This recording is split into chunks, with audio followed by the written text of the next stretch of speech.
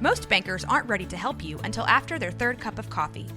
But with Central National Bank's after-hours service, you don't have to wait for the bank lobby to open to get help. You can contact us from 6 to 8:30 in the morning or from 5 to 10 in the evening, and we'll connect you to a real, live, local person who can answer questions and fix problems 7 days a week. Bank different. Bank Central. Central National Bank. Member FDIC. This is a Rogue Media Network podcast.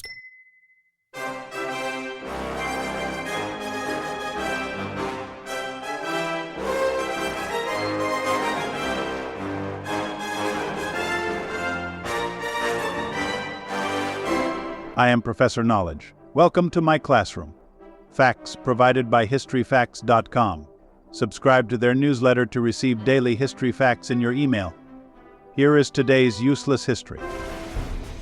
Kodak accidentally discovered the U.S. was testing the atom bomb.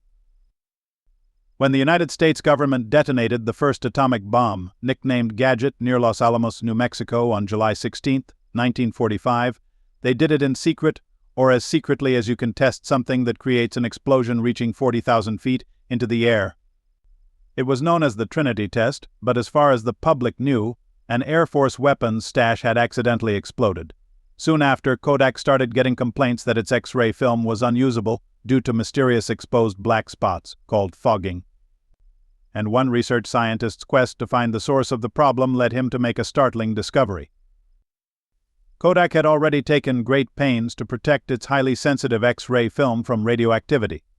During the 1940s, packaging cardboard was often sourced from wartime plants that also handled radium. To avoid that, Kodak had its packaging produced in mills where it had full control of the raw materials. So after carefully testing the fogged film, Kodak researcher Julian H. Webb was surprised to find that the packaging was to blame. He traced the contamination to a strawboard mill along the Wabash River in Indiana and isolated the issue to a batch produced on August 6, 1945, concluding that the damage wasn't from radium, but from an unknown radioactive material. He soon got word that another mill in Tama, Iowa, about 350 miles away, had similar contamination. After ruling out the straw used to make the packaging, he concluded that the wind had blown in contaminated precipitation from somewhere else. By the time Webb realized this, the U.S. had already dropped 2 nuclear bombs on Hiroshima and Nagasaki, Japan. But after carefully analyzing the material, Webb determined that the radiation must have come from a detonation within the United States. It's not clear when exactly he concluded that it was a direct result of the Trinity Test, but he was communicating with the lab at Los Alamos by 1947.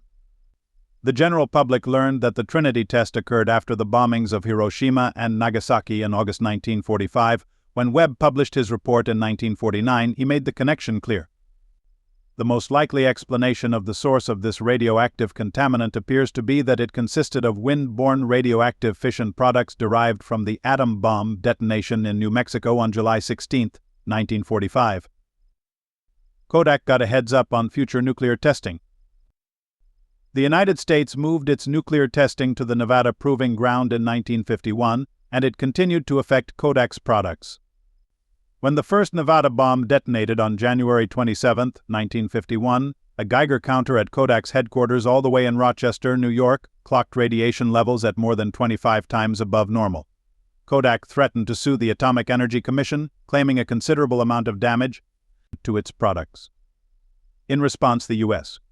government started giving Kodak a heads-up about the times and locations of nuclear tests with the stipulation that the intel would stay secret.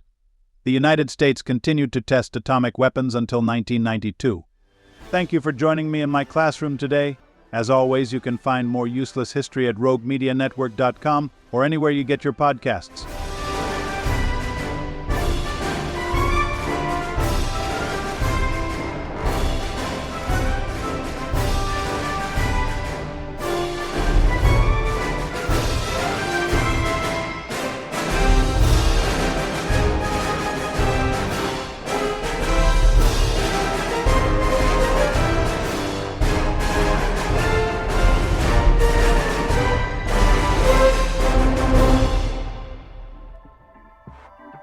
This has been a Rogue Media Network production.